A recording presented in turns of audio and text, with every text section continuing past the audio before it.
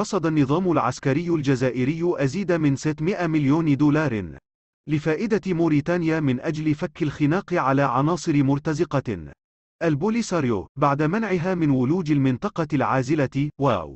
كشف تسريب تقرير لأحد المعارضين الجزائريين المقيمين بلندن أن الجيش الموريتاني أصبح أكثر صرامة وشدد الخناق على تسلل عناصر البوليساريو إلى المنطقة العازلة، وذلك نتيجة للتعاون العسكري المغربي الموريتاني. ووفق التقرير المسرب، فقد وضع الجيش الموريتاني العديد من نقاط المراقبة شرق وغرب الطريق داخل المنطقة العازلة، مما جعل تسلل العناصر الانفصالية جد صعب، ما دفع الجبهة الانفصالية إلى رفع شكاية إلى رئيس أركان الجيش الجزائري. واستجاب رئيس أركان الجيش الجزائري السعيد شنقريحة لشكاية البوليساريو، ليصدر أمره الفوري للرئيس الجزائري عبد المجيد تبون من أجل التدخل العاجل لحل هذا المشكل الخطير على كل الخطط الاستراتيجية الجزائرية في قضية الصحراء المغربية. وبحسب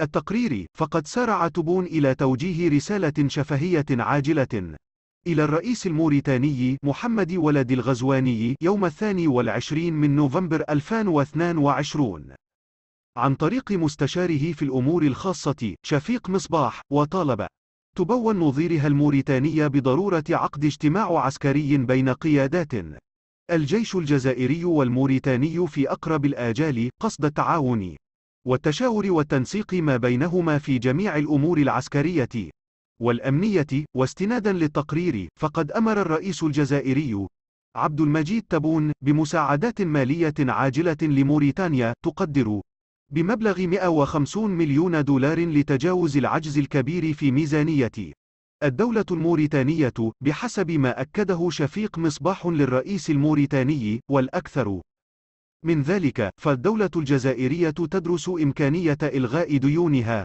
على موريتانيا في أقرب الآجال. ولم يقف الكرم الجزائري عند هذا الحد، حيث أكد مستشار تبون لولد الغزواني أن الجزائر قررت فتح فرع بنك الجزائر بنواكشوط في النصف الثاني من سنة 2023. كما أمر تبون بتخصيص مبلغ 500 مليون دولار للاستثمار في المنطقة الحرة بنواذيبو. وأحاط مستشار تبون الرئيس الموريتاني بأن الجزائر سترسل مساعدات طبية وغذائية عاجلة إلى الشعب الموريتاني لتخفيف معاناة الأسر الموريتانية الفقيرة من أثار الجفاف الذي ضرب موريتانيا في السنتين الأخيرتين، حسب ما جاء في التقرير المسرب.